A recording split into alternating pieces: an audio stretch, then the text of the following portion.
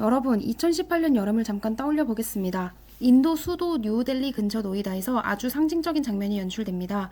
인도 총리 나렌드라 모디와 당시 한국 대통령 문재인이 나란히 서서 테이프를 자르고 세계 최대 규모라는 수식어가 붙은 삼성의 스마트폰 생산 시설이 공식적으로 문을 엽니다. 그 공장의 연간 생산 능력으로 언급된 숫자가 1억 2천만 대였습니다. 말 그대로 한 해의 스마트폰을 1억 대 단위로 찍어내겠다는 선언이었습니다.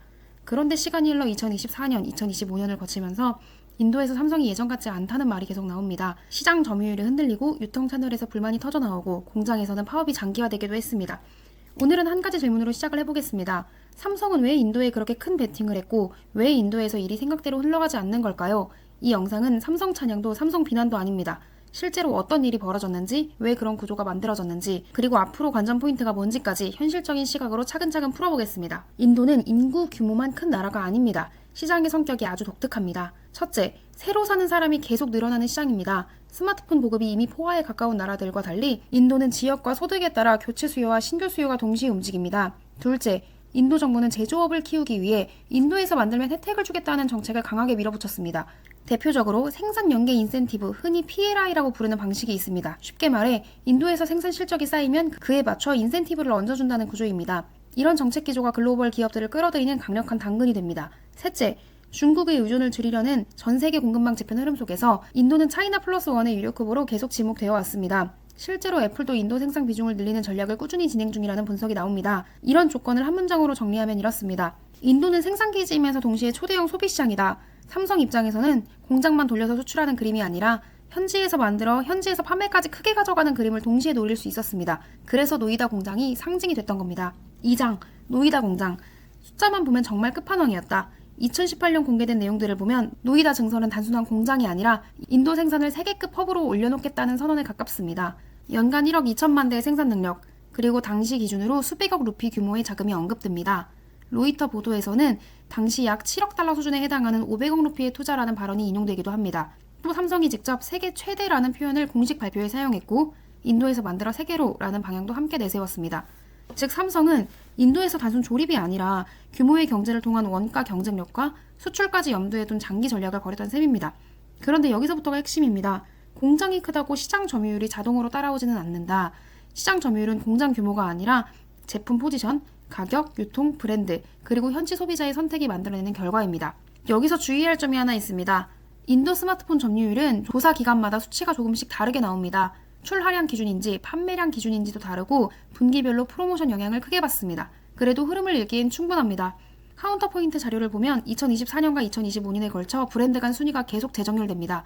특히 2024년 하반기부터 2025년으로 넘어가며 삼성의 점유율이 상위권에서 압도라기보단 상위권 경쟁으로 굳어지는 흐름이 보입니다.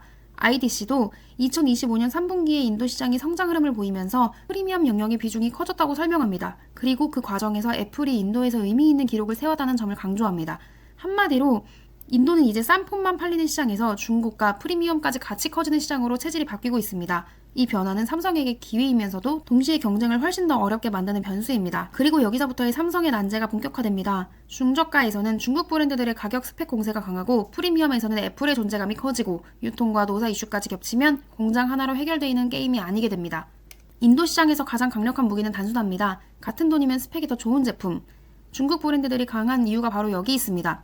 삼성은 브랜드의 신뢰와 제품의 완성도에서 관점이 있지만 중저가 구간에서 비슷한 가격이면 중국 브랜드가 사양이 더 좋다라는 인식이 퍼지면서 전쟁이 굉장히 힘들어집니다. 이 싸움은 단순히 가격표만의 문제가 아닙니다. 온라인 할인, 묶음 프로모션, 카드 캐시백, 특정 플랫폼 독점 모델과 같은 방식이 결합되면 소비자 체감 가격은 더 내려갑니다.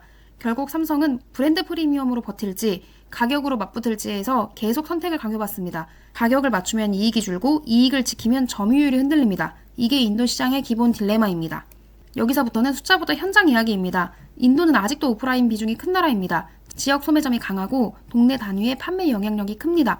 그런데 온라인이 급성장하면서 제조사와 오프라인 유통이 충돌하기 쉬운 구조가 됐습니다. 실제로 인도에서는 오프라인 판매자 단체가 온라인 할인 정책에 반발해 삼성 제품 판매를 거부하는 움직임이 보도된 적이 있습니다. 대표적으로 2020년에 삼성 제품 3일 보이콧이 언급됩니다.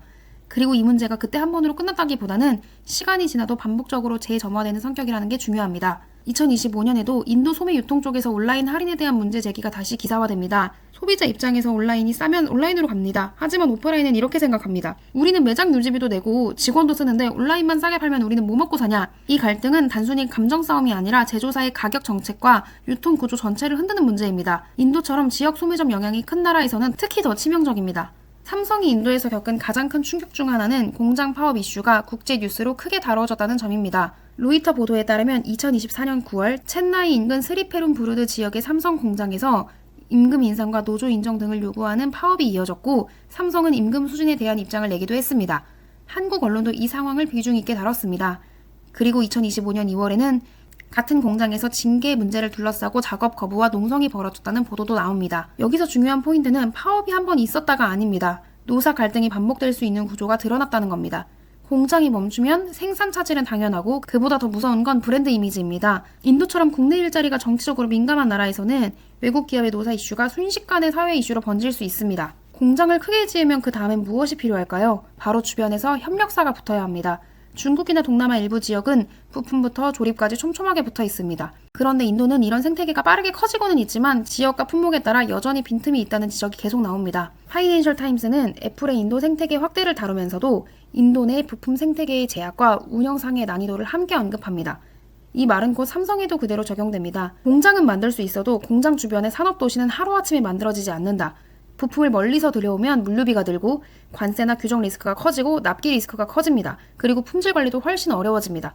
이 부분은 인도 진출 기업들이 공통적으로 부딪히는 현실적인 난관입니다. 여기서 많은 분들이 이렇게 생각하실 겁니다. 이렇게 힘들면 그냥 접으면 되지 않나? 하지만 인도는 포기하면 끝이 아니라 포기하면 미래를 포기하는 시장에 가깝습니다. 게다가 경쟁사들도 인도를 떠나지 않습니다.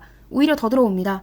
애플은 인도 생산과 시장 공략을 동시에 강화하는 흐름이 이어지고 있습니다. 그리고 프리미엄 시장에서는 삼성과 애플의 힘겨루기가 더 선명해집니다.